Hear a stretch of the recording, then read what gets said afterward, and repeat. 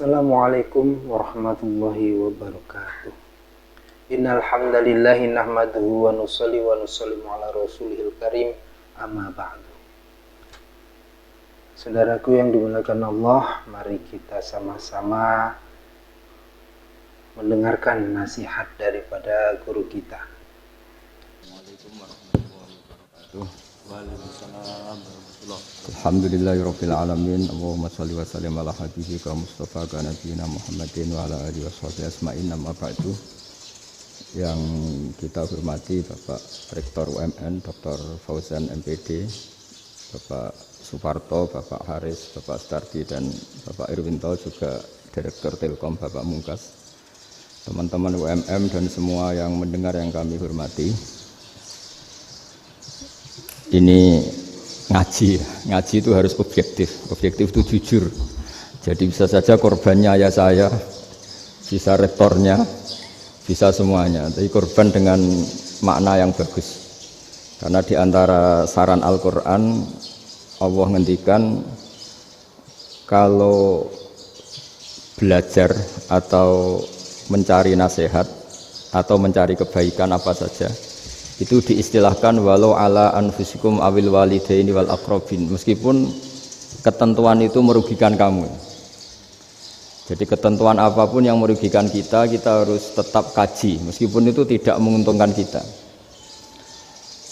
Karena banyak problem, mulai dulu sebenarnya problem itu orang yang wakam da'in yadda'i annahu da'a ilallah, tapi hakikatnya yad'u ila nafsi. Jadi banyak da'i yang mengklaim dirinya mengajak ke Allah dan Rasul, tapi sebetulnya hakikatnya mengajak ke kelompoknya sendiri. Saya ini termasuk kiai yang masih orisinil. Artinya orisinil gini, suatu saat atau kapan saja saya kok sudah tidak laku jadi kiai, asal Islam jalan tetap senang. Karena nggak penting yang populer saya apa enggak, itu tidak penting, yang penting agama ini tetap jalan. Sama, negara ini harus jalan siapapun presidennya. Ya, ini penting saya utarakan karena perbedaan antara nafsu dan komitmen beragama itu tipis sekali. Sehingga dulu pernah ada cerita, ini bukti keadilan Rasulullah SAW. Pernah suatu saat Nabi itu ngaji, yang ngaji seperti ini. Terus ada pemuda dengan cueknya ngelewati masjid yang sedang dipakai Nabi ngaji. Singkat cerita semuanya ngomel ya, bergumam. Celaka betul pemuda itu, ada Nabi ngaji kok tidak ikut ya. Tapi Nabi secara besar hati ngendikan, ini ada di beberapa kitab di Fadhailul Kasbi, keutamaan kerja. Kata Nabi, pemuda itu mau mencangkul di lahannya. Jika dia mencari nafkah untuk keluarganya, untuk kebaikannya, maka itu bagian dari ajaranku. Jadi Nabi berbesar hati bahwa kerja seperti itu bagian dari ajarannya. Jadi tidak harus datang ke majelis ngaji. Dan bisa saja yang sedang hadir itu ya orang yang hindari istrinya minta belanja, dari ngaji terus benar dituntut belanja kan gitu. Mungkin anak-anak UMM yang kesini daripada tengok-tengok yang Malang bosen jalan-jalan ke Rembang gitu. Nah, jadi nggak mesti benar juga niatnya gitu. Jadi ya sama itu. Jadi kalau di dunia kiai yang masih orisinil itu, nafsu itu benar-benar dilatih. Maka masyhur dalam cerita ada orang perang sama Ali radhiyallahu anhu. Ketika perang ini sangat semangat, tapi ketika orang itu meludahi dan Sayyidina Ali ini tersinggung karena diludahi, Sayyidina Ali langsung angkat tangan, sudah perangnya nggak usah diteruskan, karena saya marah sama kamu sekarang demi nafsu, karena kamu meludahi saya, padahal saya tadi motifnya demi Allah dan Rasul. Jadi sangat tipis bedanya kita emosi karena diri kita dan emosi karena Allah dan Rasul. Sehingga ketika diludahin ini terus beliau mikir, jangan-jangan perang saya karena saya diludahin. Nah, yang hilang dari peradaban modern adalah Allah itu tidak begitu hadir di hati kita. Saya sering cerita di mana-mana, teks hadis itu sebenarnya berbunyi gini, ini hadis sahih. Mangka na yu'minu billahi wal yaumil akhir fal yukrim jarohu. Ada yang fal yukrim jarohu dhaifahu Ada yang falyakul khairan aw liyasmut. Siapa yang iman dengan Allah dan Rasul maka harus memuliakan tetangganya, memuliakan tamunya. Dulu itu ada seorang ulama dipanggil anak muda, dibully terus sekarang. Wahai kiai, datang ke rumah saya. Datang kiai itu. Setelah sampai ke rumah orang itu, silakan kiai kembali ke rumahnya. Saya tidak butuh kiai. Kiai itu dengan riang kembali. Setelah di rumah dipanggil lagi. Pak Yai, silakan datang ke rumah saya. Datang lagi. Ya senyum-senyum kiainya santai. Wah, nggak jadi butuh Pak Yai. Silakan kembali lagi. Sampai 3 kali. Oh itu kalau rektor digitukan marah itu. Dosen marah. Kiainya santai. Santai, senyum-senyum, rileks. Ketika ditanya, kenapa Pak Yai tidak tersinggung? Jawabannya unik. Anak muda, saya ini senang sekali nuruti perintah Allah, disuruh menghormati tetangga. Sehingga ketika Anda manggil, ya saya datang. Ketika Anda nyuruh pulang, ya saya pulang. Saya senang sekali nyenangkan tonggo. Dan itu perintah Allah, jadi tidak ada hubungannya dengan kamu. Wah, pemudanya nangis minta dimaafin. Kalau kita kan enggak, kita ini dosen, kiai, mungkin kita doktor, mungkin kita profesor. Tapi kita ini sering didikte oleh orang bodoh. Kalau orang bodoh itu jengkel, lo kita ya jengkel. Lo kamu jengkel, dijengkelkan orang bodoh itu namanya terdikte. Itu bodoh apa pinter? Oh itu tidak pinter sama sekali. Kalau betul-betul kamu pinter, hanya bisa didikte oleh Allah Subhanahu wa Ta'ala. Jadi antara hukum Allah apa? Wa ahsin man asa'a ilaika, berbuatlah baik sama orang yang berbuat buruk sama Anda. Itu dikteannya Allah. Kalau dikteannya orang-orang bodoh kayak dimangkel ben mangkel, terus kamu mangkel. Itu bodoh apa pinter? Nah, problem kita kekinian adalah wong pinter wong bodoh itu podo-podo bisa didikte oleh sekelilingnya. Sekaruan wataknya perempuan seperti itu, wataknya anak-anak seperti itu, kita didikte. Anak-anak jengkelin kita mangkel, berarti kita didikte oleh orang bodoh. Makanya agama itu unik, kadang ngendikan wa ahsin man asa'a ilaika, kadang wasil man qata'aka, sambunglah orang yang memutus kamu. Karena dengan demikian kita hanya didikte oleh Allah Subhanahu wa Ta'ala, bukan didikte oleh hukum sosial. Cara Jawane nak ngapiki tangga sing apik akeh tunggale. Berbuat baik sama yang berbuat baik pada kita itu, mbok orang fasik ya seperti itu, maling ya seperti itu, sama. Tapi kalau berbuat baik sama orang yang berbuat jelek sama kamu itu baru luar biasa. Dan memang teksnya hadis wa ahsin man asa'a ilaika, berbuat baiklah sama orang berbuat buruk sama kamu. Jadi nggak boleh orang didikte.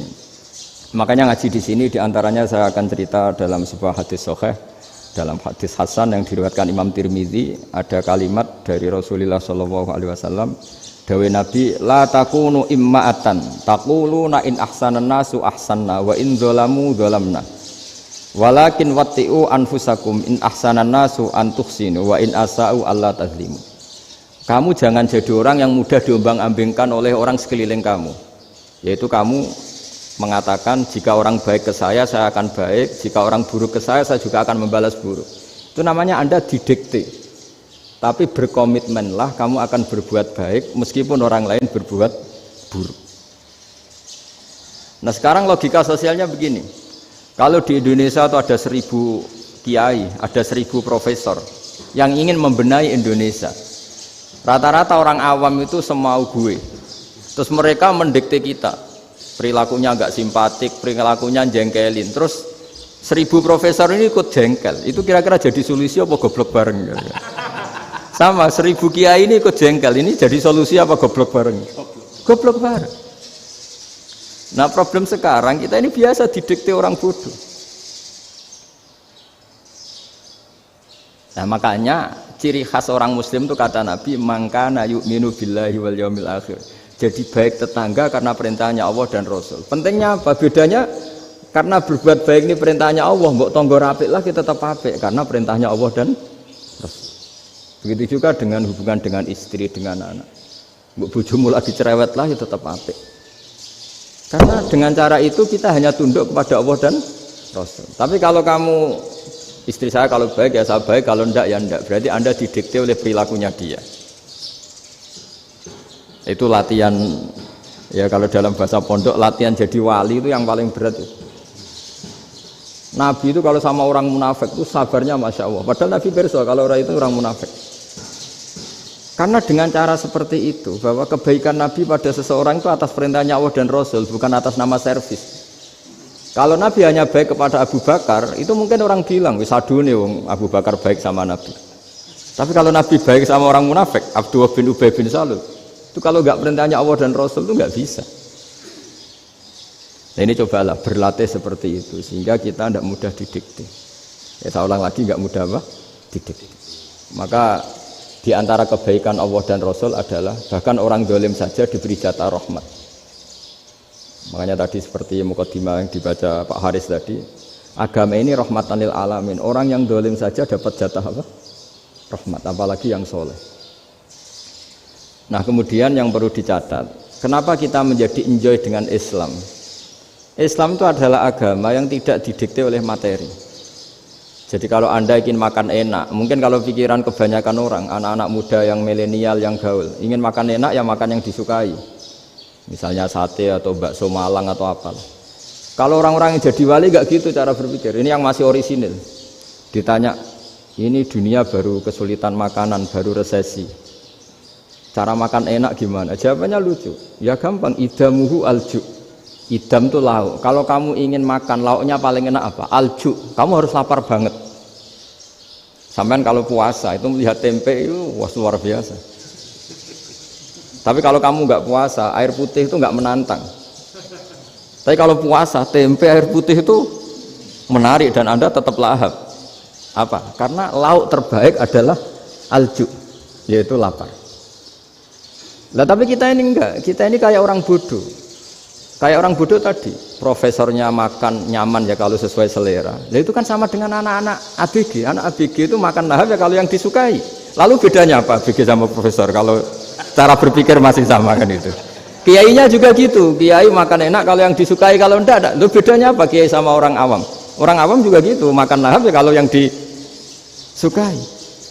Nah ternyata perilaku kita ini yang pintar sama yang bodoh sama mas. Kalau kamu ingin berkasta lebih baik, itu cara makan enak itu apa? Idamuhu aljur.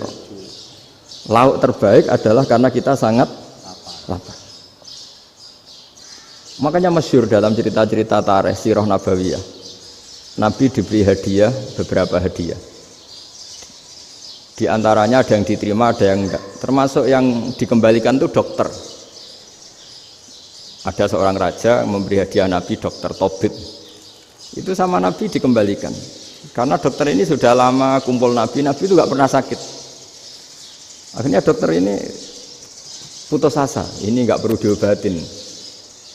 Ketika ditanya kenapa ya Rasulullah engkau tidak pernah sakit, karena kita ini kaum, kita ini komunitas masyarakat yang tidak akan makan kecuali lapar, dan kalau sudah makan berhenti sebelum kenyang. Jadi sederhana sekali pengobatan zaman Nabi. Sebagian besar penyakit itu pasti disebabkan kita ceroboh dalam hal makan. Sudah ngerti kalau durian masalah, kalau makan durian enggak kehitung gitu. Apalagi kalau gratisan itu tambah banyak gitu. Pola tidur juga gitu kata Nabi, dan kita tidak tidur kalau tidak sangat ngantuk. Nah, itu namanya orang-orang soleh yang sudah tidak didikte materi. Kalau yang didikte materi kan bisa tidur nyenyak kalau kasurnya enak, AC gini-gini. Sebenarnya enggak, tidur enak itu ya kalau sangat ngantuk. Mbok di gudang, mbok di bis, kalau sangat ngantuk ya semuanya ya enak. Sama, mbok lapar, mbok hanya tempe, tapi kalau sangat lapar itu ya enak. Nah ini ilmu yang mulai hilang, ilmu-ilmu yang mulai hilang. Nah, cara ibadah juga gitu. Kita ini kan, saya ini punya bapak kiai, mbah kiai. Punya guru yang sangat alim ya seorang Kiai Memun. Itu dulu kita pengkaji ilmu itu tidak pernah tahu bedanya NU dan Muhammadiyah. Karena dulu Mbah Darwis itu Kiai Dahlan itu dulu ngajinya bersama Mbah Hasyim ketika di Indonesia yang ngaji Mbah Soleh Darat. Mbah Soleh Darat itu dulu ngajinya sama buyut saya ke-6 namanya Mbah Soleh Asnawi di Kudus. Mbah Soleh Darat itu dulu alim-alimnya orang Jawa ya Mbah Soleh Darat, Soleh bin Umar. Tempatnya di Semarang, tapi beliau itu sebenarnya orang Jepara yang dekat Kudus. Setelah di Mekah, Mbah Hasyim ini mondoknya, mulazimnya ke Syekh Mahfud Termas. Tapi sesekali ke Syekh Khotib Minangkabau. Nah yang Mbah Ahmad Dahlan lebih sering ke Syekh Khotib Minangkabau, sesekali ke Mbah Mahfud. Singkat cerita, karena Syekh Khotib Minangkabau sudah modern ya, terlibat organisasi dunia. Pas itu beliau pengagum Muhammad Abduh, pengagum Rasid Ridho. Sehingga bawaannya Mbah Dahlan itu lebih pergerakan karena beliau lebih ngidolakan Syekh Khotib. Nah Syekh Khotib sendiri sebenarnya orang Minangkabau. Jadi beliau namanya Muhammad saja sebenarnya. Jadi menantunya orang Arab.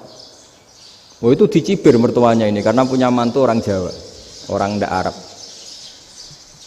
Singkat cerita terus si mertuanya bilang gini, kamu jangan pernah bilang kalau orang Arab itu mansa kanal Arab, orang yang bertempat di Arab. Walakin man takallama bi arabiyyin fasihin, tapi orang bisa ngomong Arab secara fasih.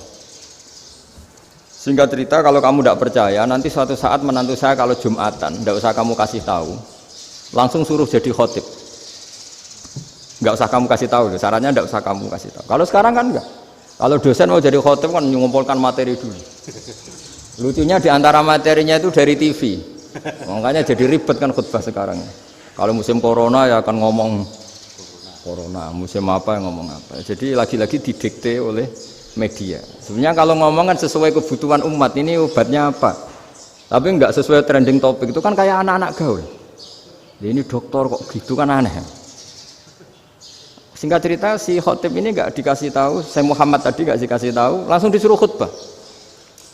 Fatakallama bikalamin fasihin, dia ngomong fasih sekali, bahkan ngalah-ngalahi fasihnya orang Arab asli.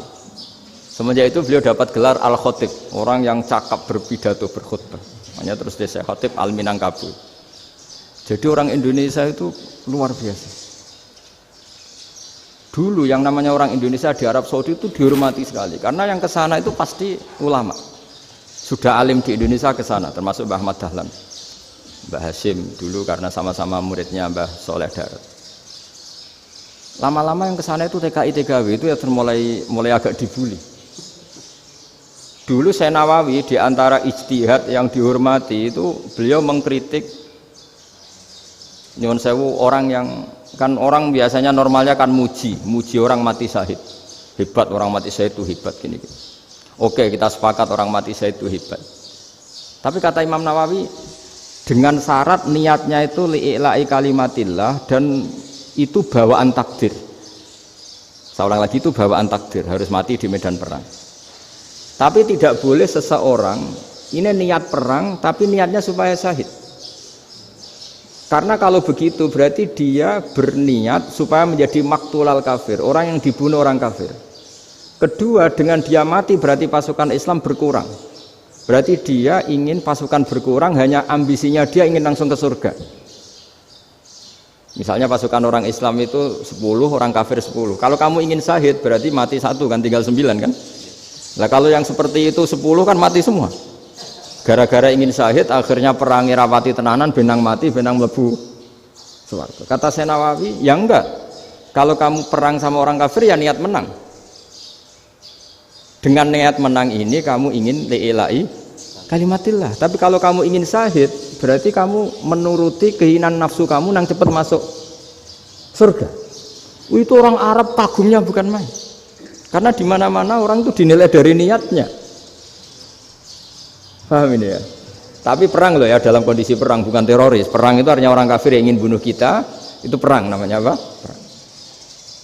Dulu orang cerita syahid itu hanya pokoknya syahid itu hebat, pokoknya syahid itu hebat. Syahid di medan perang itu hebat, pokoknya syahid di medan perang hebat. Tapi ketika Syekh Nawawi memberi penjelasan ilmiah, jika kamu perang ingin cepat mati, ingin cepat syahid, artinya ini untuk pemenuhan diri kamu, karena kamu bayangkan langsung masuk surga. Kamu lupa bahwa dengan kamu dibunuh, kekuatan Islam berkurang. Akhirnya beliau memberi penjelasan, syahid itu bagus, itu sebagai takdir. Hanya takdir itu kita perang yang ingin menang, tapi takdirnya mati. Jangan dibalik, oleh perang rapati tenanan, benang mati, namun lebu. Itu yang pertama, termasuk ulama yang pertama memberi penjelasan itu Syekh Nawawi. Akhirnya melahirkan kekaguman yang luar biasa dengan tafsir Munirnya itu. Terus beliau itu orang yang rileks kalau menjelaskan ilmu. Ini ya juga guru-gurunya Mbah Hasim, Mbah Guru sama Mbah Hasim sama Mbah Ahmad Dahlan Syekh Nawawi. Jadi dulu yang alim di Arab itu ada Syekh Nawawi, ada Syekh Khotob Minangkabau, ada Syekh Bakir Jogja, ada Syekh Mahfud Termas. Itu orang Indonesia banyak sekali yang alim. Bahkan diantaranya yang dikagumi Al-Azhar itu juga orang Indonesia, nama Syekh Abdul Manan, itu mbahnya Syekh Mahfud Termas. Itu pertama ada duta besar Indonesia di Mesir, itu termasuk barokahnya Mbak Abdul Manan tadi, itu juga orang Indonesia. Jadi pemahaman ulama Indonesia itu khas, termasuk ketika memaknai apa? Syahid. Ketika memaknai apa? Syahid. Itu unik. Ketika Syekh Nawawi diuji dulu itu yang namanya ulama diuji dulu oleh 100 ulama. Jadi dulu ya ada kompetisi. Imam Bukhari diakui jadi ahli hadis itu diuji oleh mi'atu muhaddisin, 100 orang ahli hadis, sanad dibolak-balik, matanya dibolak-balik, tapi beliau tetap bisa mengembalikan proporsi sanad itu. Syekh Nawawi pernah diuji gini. Ayul afdol al ulama awe salatin. Keren mana ulama sama raja atau sama orang-orang kaya, sama penguasa? Ya keren ulama. Terus dibully sama orang. Tapi setahu saya banyak ulama yang antri di rumahnya raja, tapi saya tidak tahu melihat raja antri di rumahnya ulama. Kan kebanyakan kan mungkin ustadz atau kiai yang antri ngajukan proposal kan enggak. Nah, kalau raja kan enggak pati itu, malah enggak usah antri, kiainya sudah nyambut sebelum datang. Jawabannya lucu Syekh Nawawi itu, dan yang tanya itu langsung diam. Ya karena ulama itu tahu fungsinya uang, sehingga cara nyari sampai seperti itu. Sementara raja-raja itu tidak tahu fungsinya ilmu, makanya tidak pernah sowan ulama. Sehingga jadi ya dianggap enteng saja. Ulama kan tahu fungsinya uang, tahu untuk pondok, tahu masjid. Sementara raja tidak tahu fungsinya ilmu. Jadi itu khas Jawa ya. Khas Jawa, khas Indonesia. Apa-apa yang menurut orang banyak dengan tanda kutip itu buruk atau baik, itu orang Jawa menafsirkan tuh gampang saja. Sehingga semenjak itu Jawa itu dipandang betul. Saya punya kitab namanya Qadhayal Haji wal Umrah. Itu terbitan Hayatul Ulya Arab Saudi, milik Wahabi. Itu diantara fatwa yang dipakai untuk solusi muskilatul haji, problem-problem haji kekinian. Itu fatwanya syekh-syekh yang dari Indonesia. Termasuk Syekh Khotob Minangkabau, Syekh Nawawi Banten, Syekh Bakir Nur Jogja. Misalnya begini, dalam fatwa-fatwa yang menyulitkan kita ya, sampai sekarang jadi perdebatan. Ketika sofa dan marwah itu dengan batas tertentu, saya ulang lagi dengan batas tertentu, mau tidak mau atas nama kebutuhan, itu kan butuh perluasan. Karena kalau naik turun itu mudah disepakati ulama. Jadi misalnya gini ya, saya punya tanah seluas ini. Pasti orang akan mengatakan sampai bawah ya tanah saya, sampai atas tanah saya. Itu mujma' alaih, itu disepakati. Sehingga Nabi ngendikan al-Ka'bah min tuhumil ardi ilas sama Ka'batun. Ka'bah sampai ujung bumi sampai ke aras semuanya Ka'bah. Sehingga tidak ada perdebatan ulama ketika Masjid Haram ditingkat, kemudian yang di atas sholat. Tetap dia menghadap Ka'bah. Tidak harus diluk melihat di bawah, enggak. Karena Ka'bah sampai langit. Sama, tanah Anda kamu tingkat sampai 10, enggak ada tetangga protes. Karena bawah sampai atas tanah Anda. Tapi kalau diperluas, tanah Anda kamu luaskan setengah meter saja atau 3 cm saja, iso geger mek tonggo. Karena di mana-mana batas itu ya tadi, kalau atas bawah miliknya, kalau samping enggak. Pertanyaannya, perluasan Mina itu ke samping. Perluasannya Matof yang Mas'a itu juga ke samping. Geger kan ulama dunia. Bagaimana hukumnya Mina Jadid? Mina yang diperbarui atau Mina yang diperluas. Itu diantara rujukan baik yang membolehkan maupun yang menentang. Itu ya syekh-syekh Indonesia. Itu orisinal tuh. Saya punya kitab orisinal terbitan Hayatul Ulya, kira-kira ya kemenaknya Arab Saudi kalau di Indonesia itu. Itu yang dirujuk dawuh Syekh Nawawi, dawuh Syekh Khotob Minangkabau. Karena apa? Ada logika khas Jawa. Misalnya begini. Meskipun saya tidak perlu fatwa Mina jadid sah apa enggak, memang jadi perkhilafan ulama. Misalnya kampung ini dinamai Mina. Pertanyaannya gini, tanah yang di samping ini bisa milik Anda apa enggak? Ya bisa Gus kalau dibeli atau dihibahkan. Berarti tanah di samping Anda menjadi milik Anda karena ada proses pengambil alian lewat beli maupun hibah. Nah masalahnya ini negara itu berhak menganeksasi atau memasukkan ini sebagai Mina. Itu ulama Jawa kalau ditanya alasannya apa? Fa innal muttasila bis hukmu dzalika syai'. Karena yang gantet, yang mutasil itu bisa dihukumi seperti sesuatu itu. Jadi kalau ini Mina, ya yang gantet Mina ini ya bisa dikatakan Mina. Beda dengan membuat Mina Malang Mina, wah itu tidak bisa, tidak mutasil kan? Itu enteng sekali ulama Jawa. Satu ya tentu karena kebutuhan, tapi asal masih al-muttasilu bihi, yang masih tanah yang masih mutasil dengan. Nah, ketika perluasan mas'ah antara sofa dan marwah kan misalnya ini batas luasnya sofa, ini batas luasnya marwah. Lalu atas nama kebutuhan, sofa marwah itu sampai sini. Sampai agak meluas ke sini. Itu geger Arab Saudi. Wah, ini gimana? Padahal tawaf itu harus antara Gunung Sofa dan Gunung Marwah. Sa'i itu ya. Tapi kalau istilah Quran memang tawaf sama-sama. Makanya apa? Inna Sofa al-Marwata min sya'airillah faman hajjal baita wa i'tamara fala junaha alaihi ayyat tawafa. Nah, jadi kalau istilah sa'i di Quran itu masih tawaf. Karena harus ada, kalau bisa lah, bukan harus. Kalau bisa memang harus ada unsur muternya.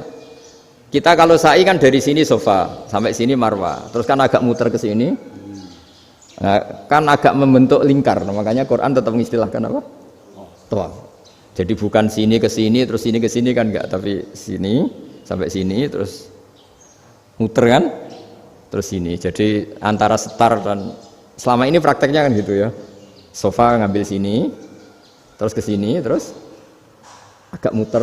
Nah, karena ada unsur agak muter ini terus orang menyebut apa? Tawaf. Tapi itu bukan syarat sah, ini cerita ideal. Saya ulang lagi ya. Gunung Sofa itu puncaknya atau pucuknya kalau dalam bahasa Jawa itu ya hanya segini, ini sampai sini. Nah, kelompok Islam yang fikih keras nggak boleh diperluas karena Allah memilih tempat ini itu spesial, jadi nggak boleh ke yang lain. Tapi ketika kebutuhan mendesak, mau tidak mau harus diperluas. Itu jawabnya Kiai Jawa lucu. Gunung sing ketok iku sing dhuwure tok. Sikilane luwih hombo. Jadi karena kita kan gunung kan bentuknya gini. Nah, sofa yang kecil itu yang atasnya, tapi sikilannya sini kakinya lebih luas. Jadi boleh perluasan asal tidak melebihi kakinya. Ya dihitung ya lebih luas. Jadi Kiai Jawa itu kayak wong delok gunung Penanggungan, kayak gunung Arjuna. Di mana-mana puncak gunung itu lebih kecil timbang kakinya. Artinya diperluas ini bukan berarti tidak di sofa dan tidak di, itu khas Kiai Jawa. Jadi jangan kira orang Jawa itu tidak hebat sekali. Termasuk perkembangan hotel di Arab Saudi. Itu dulu sebelum ada hotel. Buyut saya kelima atau keenam dulu haji, namanya Badur Rahman. Itu kalau mau ingin apa ya? Menghindari terik matahari itu masuk gua. Itu masuk gua itu hanya separuh badan, kakinya di luar. Jadi jangan bayangkan kalau gua di Indonesia kayak gua Akbar di Tuban orang bisa masuk jalan-jalan, enggak. Gua di Arab itu kayak cepitan batu, tidak sampai masuk. Sehingga kepalanya dimasukkan, kakinya masih kena matahari, saking panasnya Arab Saudi. Sehingga dalam bayangan hijrah ketika Nabi bersembunyi di gua apa? Sur. Itu kata Abu Bakar, kalau orang kafir melihat kakinya pasti melihat kita karena nggak bisa masuk penuh. Jadi orang itu mau dempes tok. Sehingga ya kira-kira luasnya gua ya paling segini. Makanya guyonannya kiai-kiai itu untung nggak kayak gua Indonesia. Kalau kayak gua Indonesia laba-labanya capek karena luas sekali. Jadi jangan bayangkan gua Arab tuh kayak gua Indonesia. Makanya bayangannya andai kan orang itu melihat ke bawah pasti melihat kita karena orangnya nggak bisa masuk penuh. Nggak bisa masuk 100%. Ya kayak cepitan batu lah mirip. Itu kan mirip Gunung Uhud. Gunung Uhud kata Rasulullah nanti kalau kamu perang itu di atas, menang atau kalah di atas. Musuh biar di bawah. Dengan di atas kamu bisa manah. Jangan bayangkan kayak Gunung Merapi, kayak Gunung Penanggungan. Lah kalau Gunung Penanggungan manah ke bawah yang leyang kan. Jadi gunung di Arab itu kayak bukit. Ya sampean pernah kan ke Uhud itu ya sama ini aja tinggi ini kan. Lah ini yang mulai ada mis. Makanya nerjemah itu susah di Indonesia. Karena jabal itu udah harus tinggi. Kalau tinggi nggak bisa manah dari atas ke bawah kan nggak ngefek kan. Sampean kalau ke Uhud gunungnya kan pendek sekali sehingga yang manah dari atas ke bawah ya kalau kena musuh ya celaka karena memang dekat. Ya kalau gunung Indonesia manah dari atas ke bawah yang keleyang nggak ngefek. Nah itu susahnya nerjemah bahasa Arab ke kita. Jadi apa ya? Transkrip itu nggak gampang karena ada pengertian yang beda. Kita kalau bilang gunung itu tinggi sekali. Sampai banyak mahasiswa tersesat ya saking tingginya. Kalau orang naik Uhud nggak akan tersesat, wong ketok dari bawah itu. Nah ini pentingnya ngaji ya. Jadi akhirnya ulama-ulama Indonesia itu dipakai rujukan. Jadi mulai Mbah Hasyim, Mbah Ahmad Dahlan sampai era buyut-buyut itu masih orang alim. Lama-lama yang di Indonesia ini orang-orang yang bodoh. Sehingga orang Jawa kalau ke sana dibully, ya Jawa tak kuluh kaya. Orang Jawa itu penggaweannya itu mangan ulo, makan ular. Karena belut itu kalau di kamus itu persis ular. Dulu itu kan kamus tidak full color. Gara-gara gak full color, gambar belut sama ular itu sama. Belut itu belut sama ular kalau nggak full color gambarnya sama apa enggak? Sama. Terus orang Jawa itu kan masih banyak yang makan bajing itu apa? Ketupai. Itu. Bajing kalau digambar tidak full color sama dengan tikus. Gambar yang tidak warna. Hitam putih. Sehingga kita ini dibully pemakan tikus dan pemakan ular. Karena belut itu persis ular kalau digambar yang tidak full color. Sampai datang Syekhona Khalil, datang ulama. Ngarang kitab ya judulnya Al-Belut. Karena enggak terima bangsanya dinyek makan apa? Ular. Terus dikarang. Wal belut hayawanun bakhriyun terus ya isu fi kadza wa kadza. Itu beda dengan al-hayyah. Itu diterangkan. Mulai bisa nerima. Terus sistem hotel juga gitu. Sampai tanyakan dalam sejarah dulu orang Sedayu ada namanya Syekh Mukhtar. Syekh Mukhtar bukan bikin rumah besar yang siapapun orang Indonesia haji itu nempat di sana. Nah ini yang menginspirasi akhirnya ada hotel. Dulu Syekh Mukhtar hanya menyediakan untuk hujat-hujat Indonesia. Lama-lama jadi hotel. Ndak mau saya mau cerita. Kata Mbah Mun sering cerita. Kenapa wa ma arsalnaka illa rahmatal lil alamin, kata Mbah Mun, Allah itu pasti bikin ulama yang tidak produk Arab itu pasti ada. Kalau orang Arab jadi ulama wajar, bahasanya Arab, domisilinya di Arab. Tapi Allah akan selalu bikin ulama yang tidak bangsa Arab. Imam Ghazali itu Tus itu Persia. Imam Bukhari itu kira-kira kalau sekarang ikut Uzbek. Ya. Imam Bukhari itu kalau negara sekarang ikut mana? Uzbek. Kenapa demikian kata Mbah Mun? Karena Allah sudah ngendikan wa ma arsalnaka illa kafatal linnas. Manusia semua ini kena khitabnya Islam. Kalau tidak ada ulama yang dari berbagai negara, kesannya Islam itu hanya milik orang Arab Saudi. Makanya Allah selalu bikin ulama-ulama yang bahkan tidak Arab. Termasuk Imamul Muhaddisin, yaitu Imam Bukhari itu orang Uzbek, orang Rusia lah kalau sekarang ikut Uni Soviet dulu. Imam Ghazali itu orang Persia. Syekh Nawawi itu orang Banten. Karena Allah ingin memaklumatkan bahwa Islam ini untuk semua. Sehingga orang yang tidak Arab pun bisa belajar Islam. Yang alimnya itu nggak kalah sama orang apa? Arab. Makanya ini PR ya. Kalau Gus Dah Ploso nanti ngendikan suatu saat orang belajar Islam itu bahkan orang Arab pun bisa belajar ke Indonesia. Kalau orang Indonesia bisa alim betul kayak dulu. Sekarang banyak liga antar ulama. itu orang Indonesia pasti masuk. Ulama-ulama top dunia itu pasti orang Indonesia banyak yang masuk. Karena tadi ketika orang Indonesia baca kitab, itu orang Arab itu kagum, kok bisa tidak bahasanya baca secara benar. Bukan sekedar bisa baca secara benar. Karena memang dilatih sedemikian rupa di pondok-pondok. Makanya kita semua lah, yang alim di Indonesia itu kemana-mana ya pasti alim. Dulu putra Mbah Mun namanya Gus Zofur itu tahun pertama ya sudah the best di tahun pertama. Kalau tahun pertama the bestnya ilmunya bawaan dari sarang, dari keluarganya. Gus Najib mondok di Said Muhammad tahun pertama sudah dipuji sebagai yang teralim karena ya sanggup. Kalau dipujinya tahun ketiga, tahun keempat kan mungkin dapat dari sana. Ini tahun pertama. Saya ulang lagi tahun pertama. Karena pengajaran di Indonesia itu luar biasa di pondok-pondok. Makanya kalau dalam anekdot pondok itu cerita-cerita lucu itu. Ada orang Jakarta ngaji, setelah di kelas itu pelengahan terus. Melihat jendela, lihat pintu terus. Lama-lama gurunya marah. Kamu diajarin kok enggak punya sopan, melihat pintu terus enggak memperhatikan guru ya. Anak Betawinya jawabnya lucu. Habis Pak Guru bohong ya. Kenapa ya? Kamu Pak Guru bilang Ja'a Zaidun, Zaid datang. Tak lihat enggak ada yang datang. Setelah itu contoh nasab kan ro'a itu Zaidan. Saya melihat Zaid, saya enggak melihat Zaid. Contoh ketiga yang jar kan maror tu bi Zaidin. Saya berjalan ketemu Zaid. Pak Guru diam di situ enggak jalan-jalan. Jadi saking detailnya Indonesia dia diajari. Kalau rofa Ja'a Zaidun. Kalau nasab ro'a itu Zaidan, kalau jar marortu bi Zaidin. Nah si murid Betawi ini karena pertama sekolah, ngiranya gurunya itu cerita, Zaid datang. Makanya dia ngelihat pintu terus, mana katanya datang kok enggak datang-datang. Nah, dengan latihan seperti itu, kemungkinan orang Indonesia salah itu kecil karena memang dilatih betul. Saya ulang lagi karena memang dilatih betul.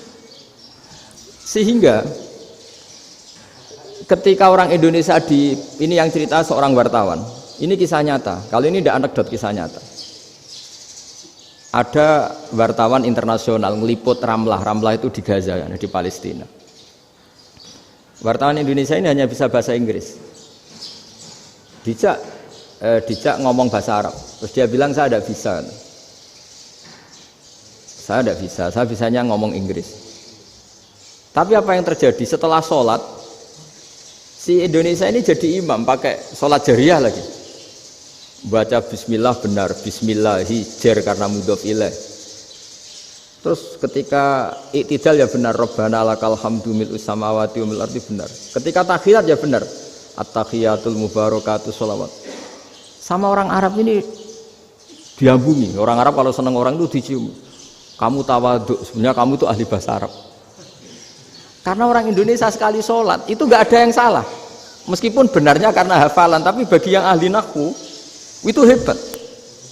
Misalnya kita kalau ngapalkan kan Bismillahi, Bismi jar karena ba, Allahi jar karena mudhof ilaih, Ar-Rahmani jar karena sifat, Ar-Rahimi karena sifat, Alhamdu rofa karena mubtada, Lillahi jar karena ada huruf jarli, Robbi jar karena sifat. Sebetulnya tidak karena pinter, tapi karena hafalan.